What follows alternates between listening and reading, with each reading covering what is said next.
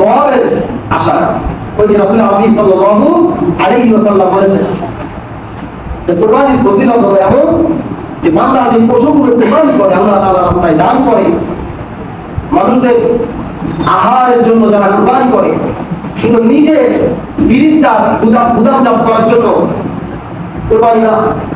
একটা মাসালা আমাদের খুব সমস্যা, একটা মাসালা হলো যে কুরবানি 3 ভাগ করা জরুরি না, এই একটা মাসালা।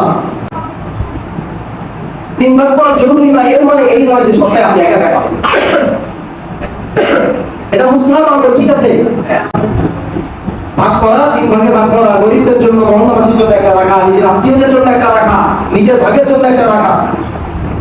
ওই যে 2টা যে ভাগ আমরা অতিরিক্ত করি, যেটা নিজেরটা বাদে আর 2টা নিজের আত্মীয় স্বজন এবং মহল্লাবাসীর জন্য, গরিবদের জন্য, এটা মুসলমান আমরা ঠিক আছে। কিন্তু সম্মানিত হাজির, আপনাকে মাথায় রাখতে হবে আল্লাহ তাআলা নৈকট্য হাসিলের জন্য ওই যে ছোট ছোট মুস্তাহাব আমল, নফল আমলগুলোই আপনার বেশি কার্যকর। এই জন্য ওখানে ওই ফতোয়াবাজি করার কোনো প্রয়োজন নাই যে 3 ভাগ করা তো মুস্তাহাব, কাজেই আপনি একা খেলেও খেতে পারেন।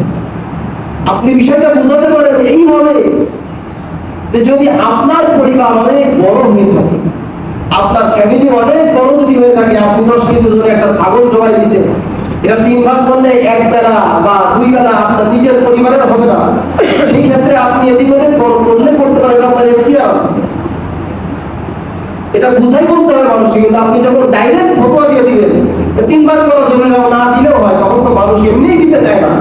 দিতে চায় ভাই কথা বলেন, কিছু করে গেল আপনাদের সমাজে ওইগুলো এটা নাই, কিন্তু আমাদের মহল্লায় এখনো ভোট ভাগ হয় না। যাদের গরিবের অধিকার যেটা, সেটা যদি তারা নিয়ে যায় তা তো সমস্যা নেই, আলহামদুলিল্লাহ। এক জায়গায় করতে হবে, এটাও কি মানে বাধ্যতামূলক না। তো সমাজের মানুষ যদি এক জায়গায় করে সুন্দর করে সেটা সাজিয়ে গুছিয়ে মানুষের মাঝে ক্লিন করে, তাহলে সমাজের মানুষ যদি সবাই একদিকে যায়, আমি সেদিকে যাবো, অসুবিধা কোথায়? জুলুম করা হচ্ছে। এই জন্য আমার অনেক সময় যে তখন ফোনের যুগ, ফোন দেখি, অনেক মাসালা, অনেক বিষয় আমাদের সামনে আসে, অনেক কিছু আমাদের বুঝের বাইরে চলে যায়।